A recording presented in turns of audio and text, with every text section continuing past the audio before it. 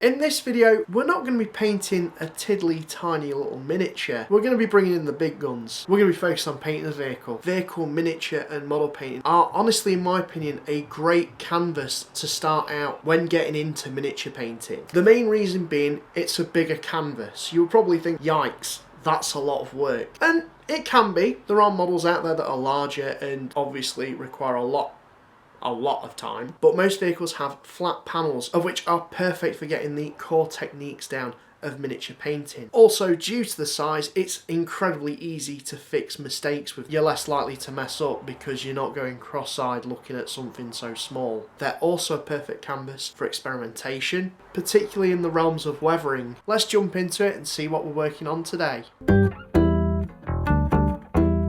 The vehicle that we're going to be painting in this video is a Star Wars Legion AT-ST. This is an older kit by Fantasy Flight Games and as such doesn't come on a sprue, so all the parts are put in baggies. It also comes with playing cards, so it's always worth inspecting the contents, checking over the instruction manual before you even begin assembling or starting anything. Just in case if you do have anything missing, you can contact the retailer or manufacturer to try and get this resolved.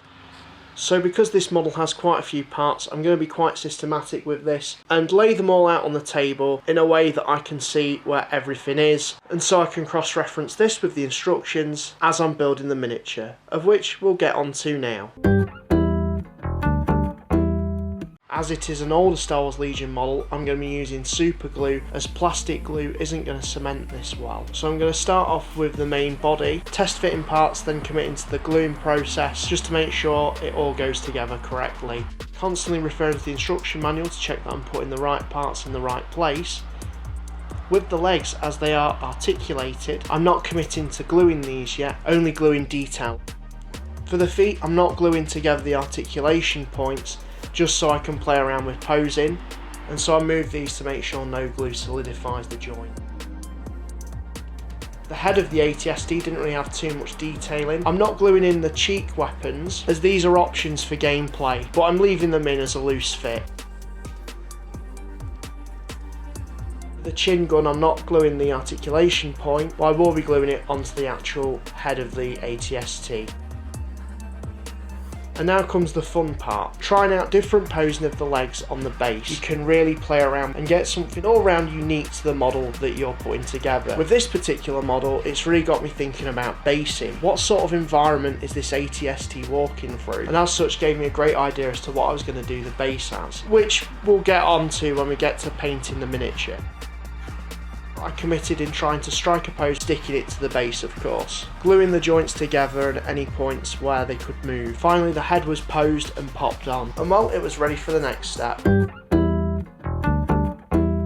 We've spoken about priming miniatures before in previous videos, but I want to highlight something that I didn't necessarily do wrong here, but would have definitely saved me painting time. I used Wraith Bone, which is a sort of off-white colour. What I really should have done, because the miniature is quite large, to save myself painting time, would be to prime it in a dark grey, as that's the predominant base colour of the vehicle. And if we primed it in this, we could use our paints to lighten this up quicker. Doing that would have definitely killed two birds with one stone, and this is why I say choice of primer is so important, and it's definitely something you should really think about before painting a miniature. Nonetheless, let's push on. So spraying left and right, covering all the vehicle, it's now ready for painting.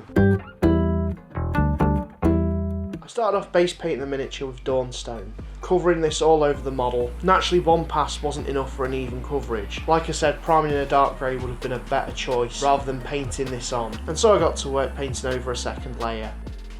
I'm then using a Baden Black for the windows of the AT-ST.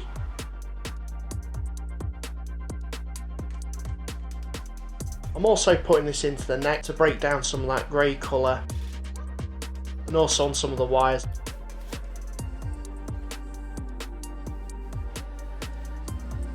Using Administratum Grey, I'm going to dry brush this over the whole model, just to bring out any raised detailing, while also giving some of the flat panels a worn and battle damaged look. I'm going to lather on Agrax Earth Shade all over the model, focusing mostly on the recesses, but also watering this down a little bit just to break down the colour and any parts where it starts to build up. Sadly I couldn't show all this process as disaster struck when I accidentally knocked this paint over. I've never done it before, but it was bound to happen. Due to its liquidy nature, I frantically used from the puddle. But here's some after pictures of all that dried, and you can see how weathered and battered it looks. It's incredible how a few paints can create such a great effect, and for me, I'm incredibly happy with this. Painting the base of the miniature in Mephiston Red. This is a great base colour for the terrain that I've got in mind.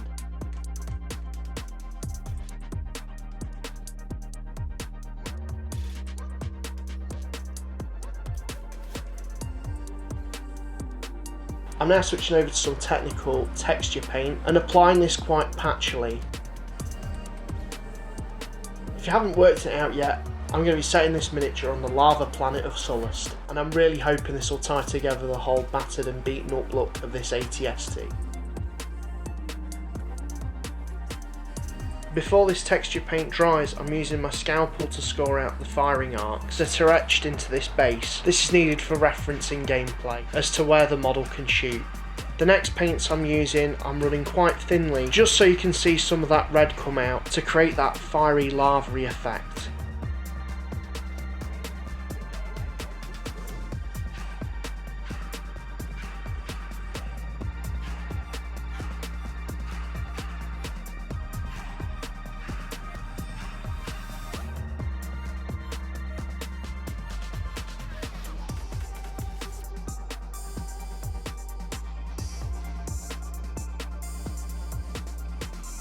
I use a dry brush of Tyrant's Skull, although I do mess up here and apply it quite thickly. I should have definitely worked that paint more into the bristles of the brush.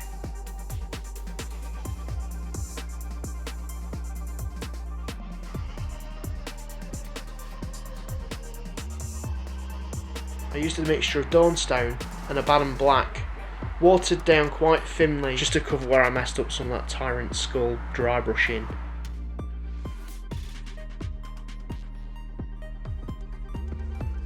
I'm then adding in thin lines of Avalan Sunset as a top layer onto that lava.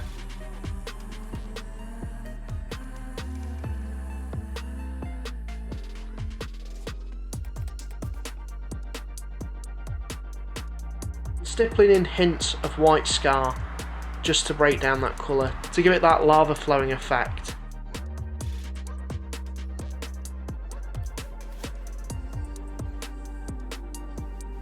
Finally, after those had dried, I used Reichland Flesh Shade Gloss, as this would give it a nice reflective finish.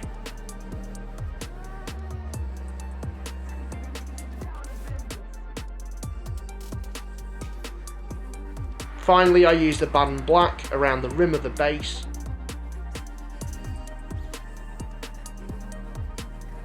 And carefully making it fall into the recesses of that firing arc, just so it's more prominent and can be seen in the gameplay.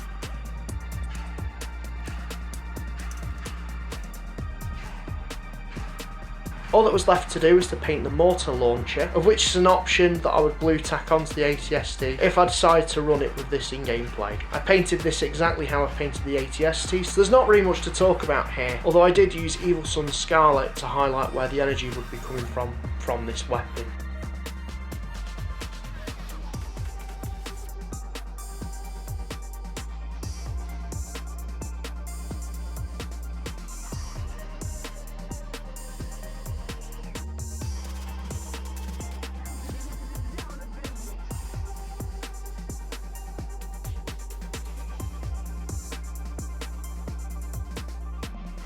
And well, with the watered down wash applied to that, that's pretty much the miniature finished. Although as always, I can apply details over time if I did so wish.